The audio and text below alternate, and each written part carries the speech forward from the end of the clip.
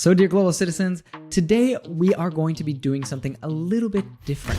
You will be learning with a learner just like you, but who has achieved an incredible native-like level in English. So my guest today is our content manager here at RealLife English, Izzy 𝗥𝗲𝗹𝗟𝗶𝗀𝗵. We're trying to help people understand each other, literally and figuratively. What's the whole story? So maybe we could just start from the beginning. How did you get started learning English? I think there's two answers to that. So Izzy is a Brazilian from Recife, but most people are super impressed when he speaks English because he sounds just like a native from the United States. That's when I noticed, this is in English, so maybe I can learn it. But Izzy has never taken a course. He's never opened a textbook. He never formally studied English grammar. I think it was just because I started to think about my life in the future, where I would live, and then I started thinking maybe I'm going to move, live in the United States or Canada. When he was 22, he actually got the opportunity to go and work in Washington State in the Northwest United States. But he already had a native-like accent before moving there. I didn't know what I was doing at the time, but my method was pretty simple. So Izzy was kind enough to join me on the podcast today and to share all of his secrets with you of how he got this native level in English without any textbooks, just by living it. And that's when I noticed, I can do this. Aw, yeah, boys and girls, citizens of the world. This is Ethan from RealLife English, where every single week it is our mission to take you beyond the classroom to speak English confidently and naturally, connect to the world, and of course, use your English as the doorway to achieving your greatest life. All right, Izzy, so I thought that we could kick it off, get a little bit loosened up with a game. I took some inspiration from Ellen, from the Ellen Show. She has a segment called Burning Questions. So I thought this would be a fun way for us to warm up and also for myself and the audience to get to know you a little bit better. Oh yeah, let's do it. If you could eat only one meal for the rest of your life, what would it be? The classic rice and beans, Brazilian rice and beans. Rice and beans. Yeah. That makes sense. That's a good one. I would probably go for pizza, especially if you can vary upon it. If you can do different ingredients, different toppings, then that'd be a good life. I thought about it. If you ask me, pizza, it is my favorite food. But I think just you can easily get sick of eating pizza every day, even though you can vary with the toppings. But rice and beans, at least I have the actual data that I haven't gotten sick of it, even though I eat it almost every day. So that's probably healthier too. All right, question number 2. If you were stranded on a desert island and could only bring one book, which would you bring? This is an easy one. The 7 Habits of Highly Effective People. I thought about the same one, but then I'm thinking, okay, if I'm stuck on this desert island for the rest of my life, would the best choice be something for self-development? Because who am I developing myself for? That's an amazing book, but it's developing yourself to interact better with other people, to work together, to be a better human being, right? So I also thought about maybe I need a alternative like a fiction. So that's really challenging as well. But one I thought about is Across the Nightingale Floor by Leanne Hearn. It's one I recommend a lot to people. I haven't read it in a long time. It's part of a series. It's fiction, but it takes place in feudal Japan. So that would be interesting to revisit. Well, in that case, I don't know if this is cheating, but I'd bring The Lord of the Rings, because I know it's one book, that would be right? A good one. Yeah, there's the 3 movies, but it is actually one very long book. So I'd bring that one. I probably need to choose something longer. Yeah. All right. What song are you most likely to select at karaoke night? Upside Down by Jack Johnson. Upside down, I'll find the things they say just can't be found. Oh, nice. I was going to go for Chandelier by Sia, was the thing that came to my mind.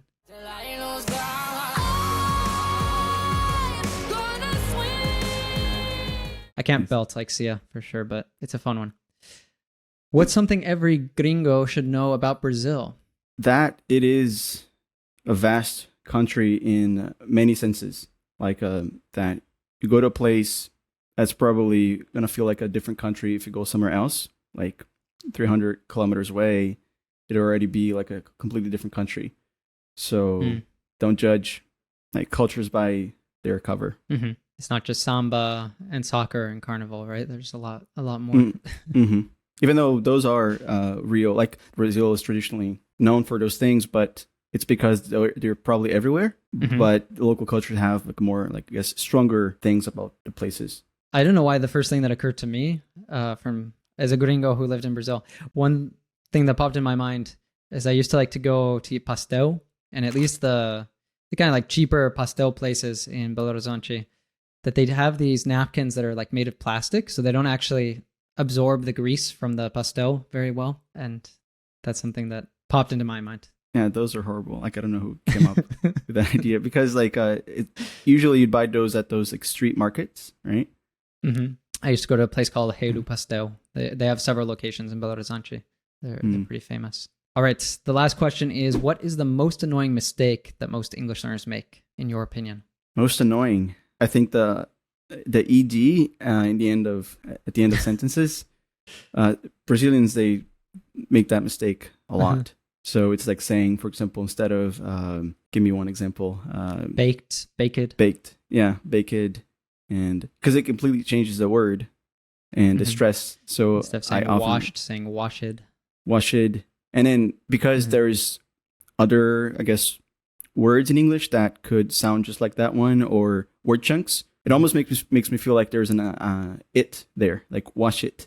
And then kind of throws me off there. It's like, wait, no, that's a different word. Wash it. That's a good point. I was going to say the same thing, so that saves us another explanation. That's funny that it's both of our pet peeves. All right, so let's get into today's main topic. We're going to dive into your story, Izzy, about how you got to your current level of English, which hopefully listeners are already admiring, and what it takes to get to a native-like level of English. So my first question for you is, what's the whole story? So maybe we could just start from the beginning. How did you get started learning English? I think there's two answers to that, or two moments that I could say that I started. So the first moment was when I started consuming things in English, and the second moment when I started to actively learn English. Those two moments are essential. Actually, even if you think about the real life way, we talk about living it and activating it. So I guess the moment I started to live it was, like I was really young. I think maybe 5 or 6. Although I didn't know I was living my English at that point, because I wasn't really consuming the things directly in English. There would be a lot of subtitles in Portuguese, but at that point I was already watching movies with subtitles in English. But most importantly, I think what happened at that point was that I connected with things that I really liked in English. Video games, for example, and not just any kind of video games, but strategy, computer video games like Age of Empires. I played that as a kid too, with my brother. A lot of history, right? It's really interesting, really fascinating. If you like history and cultures, it's so visually interesting and appealing. So I connected immediately, and then later on with music. You said movies, and you were 5 or 6. Do you have any memories, certain movies, certain series that you enjoyed when you were a kid? Yeah, like Star Wars. I don't even remember watching the dubbed version ever. So maybe, actually, yeah, I do, but like once Han Solo had a very interesting voice in Portuguese. But in general, I would say that, yeah, like Star Wars, and I mentioned Lord of the Rings as one of my favorite books, like novels, and the movies too. I think they're total masterpiece. So the classic ones, the trilogies. I'm a big fan of the trilogies. Those trilogies are great because they get you hooked. I think for a lot of people it was Harry Potter, right?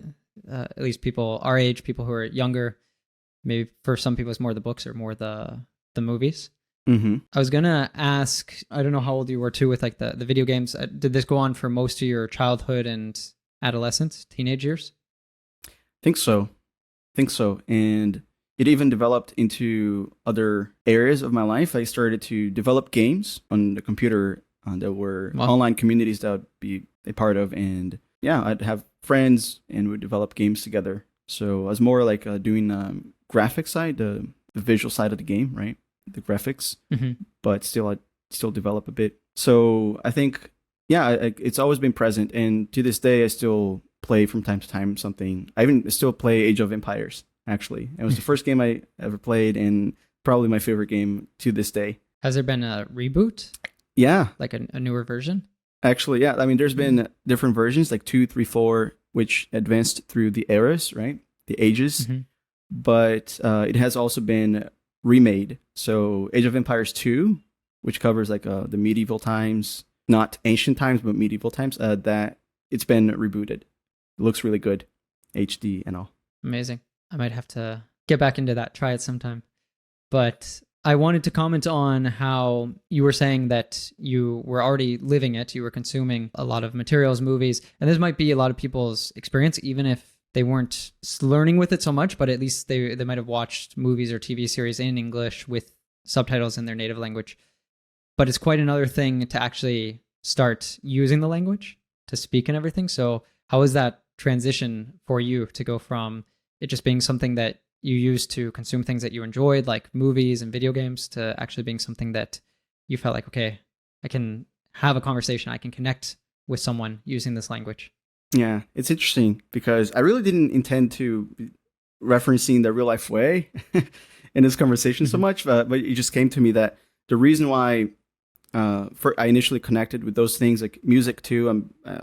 I love rock music, so I play instruments, and my family, like my brother as well, like, so we're really big on music. And then later on, when I started to watch like TV series, I think it was just because I started to think about my life in the future, where I would live, and then I started thinking like maybe I'm going to move, live in the United States or Canada. So I was like 14 at that time when I started like watching more movies and TV series with that idea of one day moving. And that's when I noticed like, like this is in English, so maybe I can learn it. Maybe I can learn while I watch it. So there's always, why did I mention the real life way? Because I was already living my English. So at that point I started to activate it with more intention and curiosity about what the language that I was seeing. But there was always a sentiment of connection with what I was consuming the whole time, starting with the games and then later on with music, and now with American culture, I guess, initially with Friends. So yeah, Friends, by the way, that was the big one, the big TV series that I would watch at that time. So one thing I wanted to highlight here was that you had a vision for yourself already as being someone who could live abroad, live in Canada or the United States. And I imagine that gave you a lot of motivation and purpose to then put in more of the deliberate hard work that would be necessary to get to a level where you could live and survive abroad, right? Oh, definitely. Yeah, I think vision is a key word here, because I started to envision how things could be and how it could shape my future. So if I were like in that future, but see myself in that future, I'd have to also imagine like, okay, so how am I speaking? How am I, what's the job I have? And for all of those things, I needed English. Yeah, I'd be living in that country. So I'd need the English that'd be more specific maybe for that job. And I was already thinking about technology, something about related. So I guess even like later on when I started watching like YouTube channels, there's a lot of like science channels and technology related stuff that I would consume too. So without knowing, I was already adapting my options there. I started consuming a lot of stuff that later on would be really useful. Like when I started here at Real Life in 2018, a lot of the vocabulary I had at that point was just because of that, because of all those YouTube channels that I would follow. Mm-hmm. That's why with real lifers, we like to borrow from Simon Sinek and have this whole start with why sort of springboard, so that even using this exercise that we've talked about on the podcast several times of asking yourself why 5 times. You ask, why do I want to learn English? Maybe to live in Canada. Why do I want to live in Canada? So that I can offer a better life to my family. Why do I want to offer a better life to my family? And so on. You do this 5 times and you get to something that's much more specific, much deeper, much more motivating. Doing things like this that can help you to really connect to your purpose, which is, a lot of people end up giving up halfway through or get stuck on that intermediate plateau. So it can help to push you through to really getting to that place of fluency and mastery. Mm-hmm. I wanted to come back and ask you, because you said that when you were, I think you said you were around 14 and you had this vision for yourself living in North America, and you said that you started to activate more your learning. So what did that look like specifically, activating your learning with the series, movies, and so on? Yeah, it's something that I still recommend people do. I talk about this every chance I have, that somebody says like, hey, I actually enjoy, I watch Netflix and I'm already consuming things in English. So I always say this, like, now I just need to activate it. And I didn't know what I was doing at the time, but my method was pretty simple. Initially I was watching with subtitles in Portuguese. I even remember the series that I was watching was called 𝗥𝗲𝗹𝗟𝗶𝗬𝗟. So I was watching an episode and I remember like I had downloaded subtitles in English, maybe accidentally, maybe on purpose, don't remember, but I actually, used subtitles in English and I could actually understand it. So I got excited because, man, like maybe I don't need subtitles in Portuguese, and I'm starting to actually get a lot of the jokes, a lot of the actual meaning there without the help of Portuguese subtitles. So then I realized, okay, can I do that with other series? And then my method became like, if I wasn't really getting it, I would watch subtitles in Portuguese and then the same episode of subtitles in English. And I guess a few months later, I was doing the same, but subtitles in English and then no subtitles, like watching the same episode with subtitles in English and then turning them off like altogether. You watch the series first in Portuguese and then in English with subtitles in Portuguese and then in English with subtitles in English? Yeah, so it went from subtitles in Portuguese with audio would always be in English, of course. But step one is subtitles in Portuguese or in your native language if you're going to try this. So second step is subtitles in English, the same episode. And then third step is no subtitles, just original audio in English. If you're just starting with doing this, you don't want to go from step 1 to 3, to 3 immediately. You probably want to just see how far you can get with understanding everything you're reading. And then if you are understanding everything you're reading, I think or almost everything you're reading, that's a very good point to make the transition to be between step 2 and 3. All right. So we're going to talk about how you actually got the opportunity to move to the United States. But I was curious, is there anything else that you found to be essential for yourself in learning English and having success, at least getting to a somewhat successful level before moving to the United States? Yeah. And I was even thinking before, like last night, I was just like reflecting a little bit on my life and how, things have been happening and how I got to this point. And I noticed like there's always been adventure somehow. It was never something like that I was after, like adventure, like with this word, but ultimately that's what happened. So yeah, I went to the United States. That was a big adventure. I actually went a second time. And I didn't have a lot of money at the time to actually do that. I think any grown up at that point, that if they knew exactly what I was doing, they would probably say like, you shouldn't do this because you don't have like not even half of the amount of money you need to do it. But there was that. And then when I started teaching English, I didn't actually have the knowledge that I think is really required for me to teach. But I just started I had the knowledge, but I hadn't validated it. So I kind of started to validate it as I started to teach with friends and just like checking on Google, like if I'm typing something, if that is the correct way, because Google can do that. It really helps you with like spelling and grammar, I guess. So we didn't have AI at that time, so it was my native friend, Google. So another adventure, right? Like teaching without any experience. And I think at that point I had barely had any experiences for speaking either. So you started teaching before you moved to the US for the first time? Yeah, I started teaching, I was 19. So about 5 years after I started learning more actively. Mm-hmm. And I was already fluent because I knew I had the opportunity to speak with a couple people before actually applying for the job.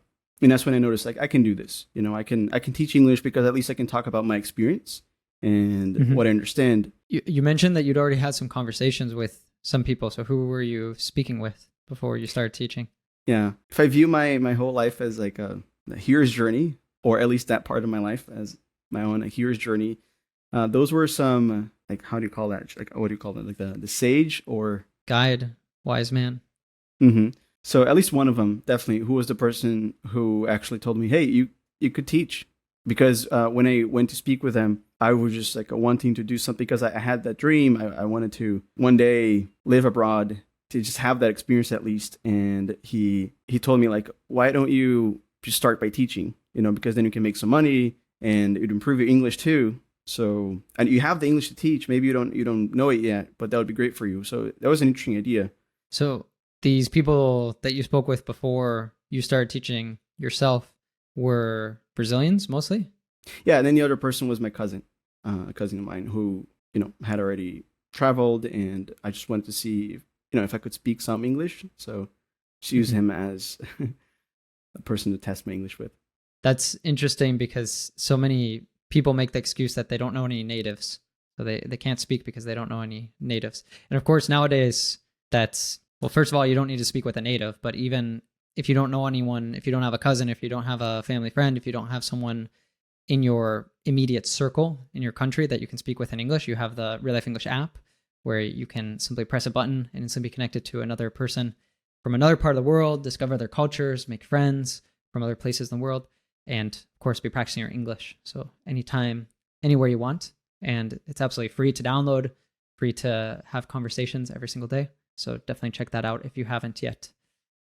And you said you started teaching. So did you start at a school? Did you just find some private students? What was that like? No, yeah, there was this school in Brazil. I started there, and then later I started having my own private teachers. Private students, you mean? Private students. So yeah, it was just a natural transition because I noticed like I had my own method, which I guess is very similar to the real life way, and it just worked that way. So it was just my journey in teaching and in learning about using English as a doorway also. Yeah. And up to this point yourself, you hadn't really taken classes or studied at a school or studied from a textbook or anything like that? No, like because when I received textbooks for teaching at the school, but I would only use them for the classes, and I was already fluent and I was just already speaking. So I was just following, the lesson plan that it was giving me, but I didn't learn with it. I guess like there were moments that I validated, like, yeah, this, it is true. Like that's the way I speak. But I'm not saying that you shouldn't learn with books or that you're prohibited from using books, but that it is not necessary. Like if you don't want to, if you even think about people in your own country, there's people who don't know how to read, right? They don't know how to read, Mm-hmm. they don't know how to write, and they can speak maybe even better than some other people. They can communicate more effectively. So those people haven't even touched maybe like a textbook or haven't even gone to school. And what do you have to say about those people, right? Yeah. Natives don't tend to know. They don't know how they speak. They just know that they speak, right? They don't know all the grammar. A lot of learners, a lot of people look for like a native friend or something because they think that's going to help them to improve. And it can. But in my own experience learning several different languages, natives are good, but they're not like a resource for you to actually ask questions and understand the details of the language better, because usually when you ask them, why do you say it like that and not like this? Or why is the way that I said it incorrect? They don't know. They just know that it doesn't sound right, right? Mm-hmm. So you have to actually talk to a teacher if you want to get more detailed answers like that. So you said you were using a method similar to the real life way. What did your classes you were teaching look like? I'd be especially interested probably with your private classes, because I imagine at the school, this was my experience too when I taught at a school, was that could be frustrating at times, was that they wanted you to follow the textbook. Mm-hmm. And oftentimes I found that the way that it was teaching it wasn't so natural, there'd be like, for example, these CDs that we'd have to play that went along, and it's just like, this isn't a conversation that you're actually going to encounter. Like it'd be so much better watching a TV series that it's also something that's scripted, but in general, it's more true to like a real life situation, right? So anyway, I'm going off on a tangent here, so I'd be curious, what did your private classes look like, Izzy?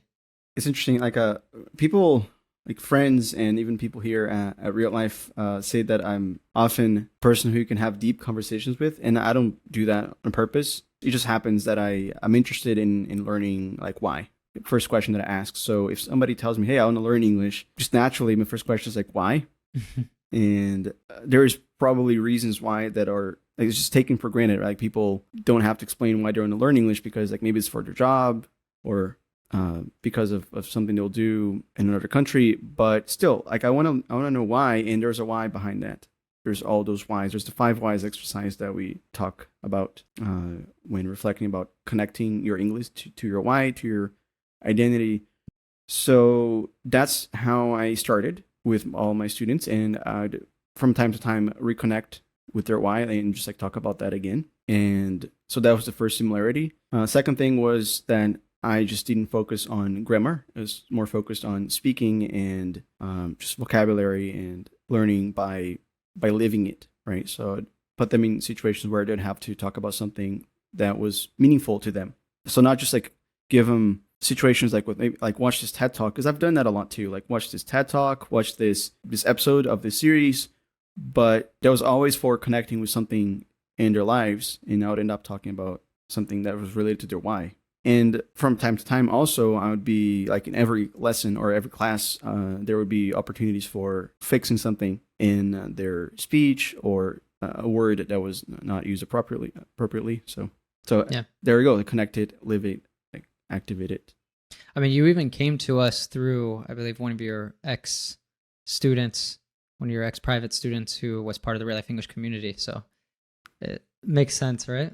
That's a great story. I don't know if I'm just summarizing it in short. This was, I don't think you'll mind, as a Rodrigo, an old student of mine. So, hey, Rodrigo, if you're watching this, I'll send this to you.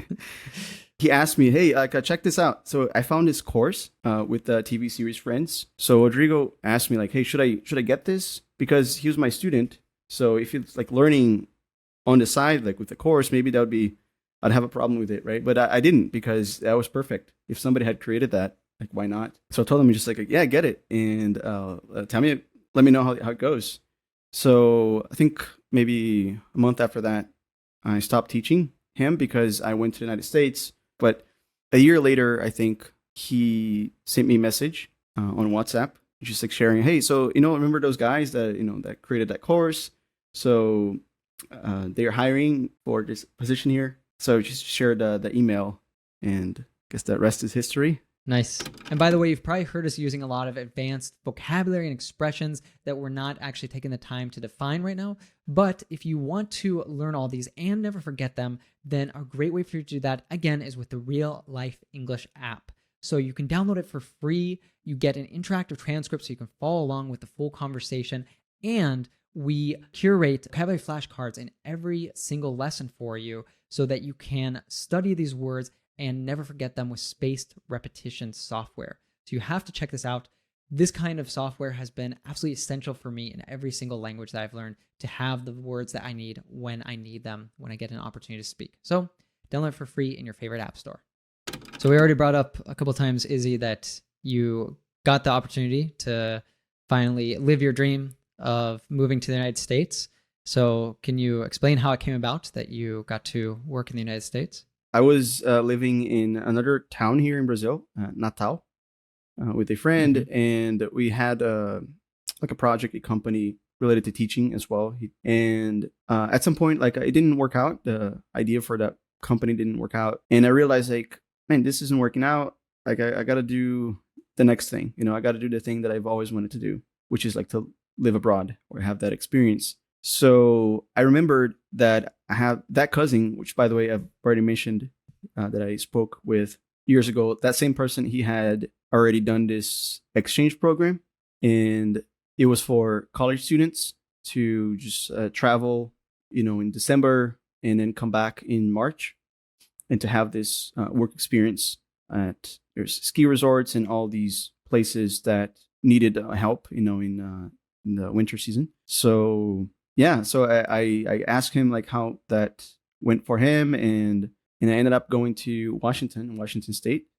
Like, Washington, it's so, for a Brazilian, it's so far flung, because it's not only is it the United States, but it's someplace that's, with the climate, is very different from Brazil. It's, in the winter at least, that it's very snowy up high in the mountains, something that you wouldn't have, especially from northeast Brazil, which is never cold during the year, right? You don't even need to own a jacket or anything like that. Yeah, I only have jackets because I do travel, but I don't. I never wear them here, so that's people who live there and they don't travel, right? So just to cover the part where I was actually hired, to go work there, I applied for this position to work with, like, ticketing, right? So, like, selling tickets and passes for skiing. And this company, they told me that they only hired people who did the interview in Rio, like in person. And I was in Natal, which is really far, so I need to actually travel, and it was expensive, just to go there for an interview for an exchange program is kind of not something that you would do. So I just asked him, like, but would you be able, to just do this online, to do like an online interview exceptionally? And they said, like, yeah, like, why not? And it was great. Like, the interview was really awesome, and I got the job. And she asked, like, which position you want, because we connected really, like, nicely, and there was, like, all these positions. So I decided to work with guest services. So I went there, and I I worked for 3 months, then came back, and then went again the following December. So you got to live there twice over 2 winter seasons. Yeah, because I talked about adventure, and I think that's the most important thing. Like when you have the opportunity to live your English, just take it and live it. So people have been listening to you for a while, Izzy. They can hear that you have a very advanced level of English. Your accent too is really phenomenal. Like most Americans, I think, wouldn't know that you are not American, in fact. So to what extent do you owe living in the United States to the level that you have in English, your current level, and your accent? Yeah, I think I got to refine my English more when I was there. Maybe culturally, I think there's so much about culture that you get when you travel or when you speak with natives. But not only speaking with natives, I think when I came back, I connected more with media and content that I wasn't consuming before.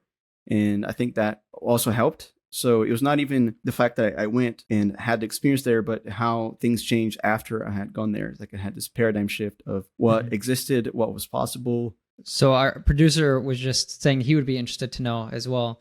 What was this transformation of going from sounding like a Brazilian? We talked earlier, right, about maybe a pet peeve of when people say bake it instead of baked, right? Or cook it instead of cooked. So was there a point where you were struggling more with your accent, with pronouncing certain sounds, certain words? And how did you go from that to the accent that people are hearing today? Now, it didn't happen when I was there. Maybe I got to refine some things, I could say. And I'm saying this just because I have actual recordings of me speaking when I was there, and I got feedback from people too that I'd wear this, it's not a necklace, it's a lanyard. Here you go. So I'd wear this lanyard that had written Dallas Cowboys, which is a American football team.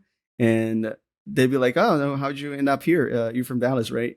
And well, then I knew, but it wasn't something that it was never something that I thought about. Like my English has got to be like a native level that people shouldn't be able to tell and stuff.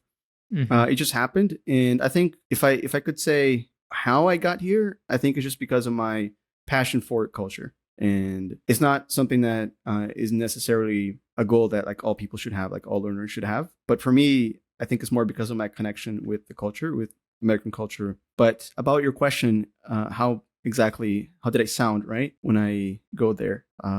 Yeah, it was very similar to what you're hearing now, I'd say. So that was even before you lived in the US. How did you develop that as a young person? How did you develop the native-like accent? That's interesting. As a musician, I got to say I have a leg up here, an advantage over other learners that I just get the sound and the musicality of the language more easily. And I think I just use that plus a lot of curiosity about the sounds, too. Because it was not just an ability, but it was powered by a value of curiosity, I can say, and culture. I wanted to actually connect with the accent and the language and the culture. So if you got those three together, like culture, musicality, curiosity, I think that's how I got here. That's my theory that I'm just thinking about now, but maybe there's something else. Might need to be a new part of the real life way, right? That makes a lot of sense to me because I wouldn't pretend to say that I sound exactly like a native in any of the languages that I speak, but I think I get closer than other Americans do. Like people never know that I'm from the United States based on my accent, and Americans oftentimes have a strong accent that can give them away. And I think a lot of it is the things that you said about, I'm not a musician, but I love listening to music. And so it's always a really important tool for me in learning languages. So listening and singing along, I think that helps a lot. And obviously culture, I don't know if that actually helps with the accent, but that curiosity, it's motivation to improve that. And the curiosity is like a really big thing because I'll be listening to something. I find it interesting the way someone said something. And so I'll repeat it, or if I'm talking to someone, I notice I pronounce something wrong and then they correct me or I hear them say it in a different way, then I'll say it myself a few times. It's kind of trying to rewrite that fossilized mistake in my head. So that makes perfect sense to me. It reminded me too, we had 𝗥𝗲𝗹𝗟𝗶 on the podcast a couple of years ago, this is his whole thing, teaching English with music. Highly recommend people check out that interview, and he calls it the mimic method, but it's all about learning English with music, specifically through rap music, because he's created a method that through this you can sound much more native-like. So I think that's really interesting for people who have not used music in their learning yet. It might be something to consider trying. Rachel's English. She also does something similar, like the Benjamin Franklin exercise. I don't know if it's quite like Dawson's method, but she at least covers the ups and downs, of the words and the moments of silence and breathing and pitch. I would take that more to the curiosity that you said, because it's really getting granular about a short piece of dialogue and really getting into the nitty gritty, into the tiny details of how that person is speaking, where are the ups and downs, and how are they pronouncing certain words, where is their linking, where is their morphing, and so on. But that's another really interesting thing for people to look up. We've been talking for a long time, Izzy, so it might be time for us to start wrapping up. But I did want to ask, maybe this is a final question. So it's been 7 years since you lived in the United States, and your English is still phenomenal. So one thing I want to ask, because I've met many English learners, and this goes for myself too. I studied in Germany in high school, and I got to a level where I was very fluent and confident. And nowadays I couldn't maintain a conversation in German, because there's this saying that is very true, that if you don't use it, you lose it. I've met many English learners that this is the case. They get the chance to go to live in Canada or England or the US, and they get a very good level while they're living there, but then they come back and they get back to their normal, life, and they lose it. So what have you done to maintain, or maybe you've even improved your English since those days in the last 7 years? Again, I think it wasn't intentional, but it just happened that I never lost my connection with culture and what I experienced there. So I didn't want to stop. I wanted to continue on my journey of getting to know people and things, ideas, concepts, and even places too, like from Recife. Like I can use the internet for that. And it's such a powerful tool. I think people very often think that they can use the internet for learning English by like watching a lesson or something. But honestly, if you just do things in English that you would otherwise do in your native language, that's fantastic already. And just make sure that you're just following up on what you experienced there. So I feel like I never really lost my connection with American football, for example, even though I don't watch it so much these days. But every now and then I'll watch a game. And when I came back, I would watch even more, So if you have this sort of experience where you travel and you don't lose it, well, there's the expression, right? Like if you don't use it, you lose it. So keep using it. And culturally, I think there is such a thing. You should also keep using that knowledge somehow. If you really like it, if it's really part of who you are, keep going with it. And if it isn't part of who you are, that's okay. Like it's okay if you don't retain it, but seek those things that are part of who you are and make sure those things are coming in English, right? Like that you're consuming those things in English. So that's, I think, how I did it. And I think real life English was a big part of that too, because one thing that I've always been interested in is self-development, and to actually be, I think I've read way more books about self-development in English now, way more. And it's totally related, right? Because self-development is also a topic that it's kind of very meta, where you get to understand more about who you are, for example, like about purpose and all. And if I get to do that in English, it kind of like feeds itself. And now I'm seeing myself as a person who can even help others connect with their purpose and do exactly what I may be doing here, sharing about my experience in English. You said learning English is very meta. I believe you mean by that it's sort of overarching. It affects many different things. It's integral in some sense. Yeah. It's almost like the thing about the thing itself. Like I'm learning English, and English is the thing that I think can take me places, but it is also the tool for communication. So teaching English is, for me, it's amazing because I get to talk about self-development in English. And then if you learn both at the same time, it can really take you places, as I already said, literally, but figuratively too. And I think this idea of like figuratively thinking about English and literally is interesting. I view our purpose of creating a world beyond borders. I have another way of putting it, of phrasing it to people, to explain it. So I say to people, to friends, family, that we're a company that we're trying to help people understand each other, literally and figuratively. So literally, because we're trying to help people, like say somebody from Japan and somebody from Italy, to be able to speak with each other. And as a consequence, they get to understand more about each other, be more understanding. So you get the figurative sense there, where people start to be more understanding of each other and have more patience, have more, I guess the key word is understanding here. How would you phrase this? Do you have your own take on our purpose that you use for expressing this? I always like the phrase, which we say at the end of each podcast: no matter what divides us, that which unites us is far greater.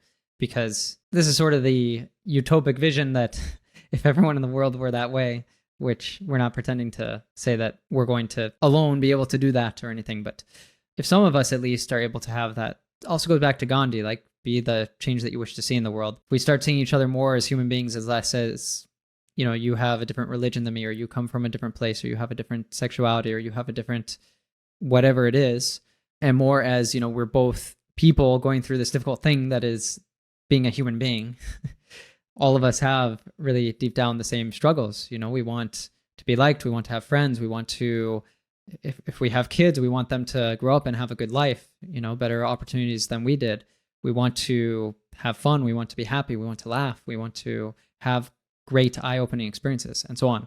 All these things, us as humans, we share. And the little things on top of it that have so many of us fighting and even like killing each other over, obviously it goes to that. They're more superficial, not to belittle anyone's beliefs or anyone's anything, but I think that what unites us as human beings is just so much more fundamental, and it's what we need to focus on more. Amazing. And I guess just to conclude, when you use English for connecting with people, that's the kind of effect that you get, right? And a feeling that it's a paradigm shift, as they call it. Mm-hmm. So ending this podcast on a high note, of course, Izzy.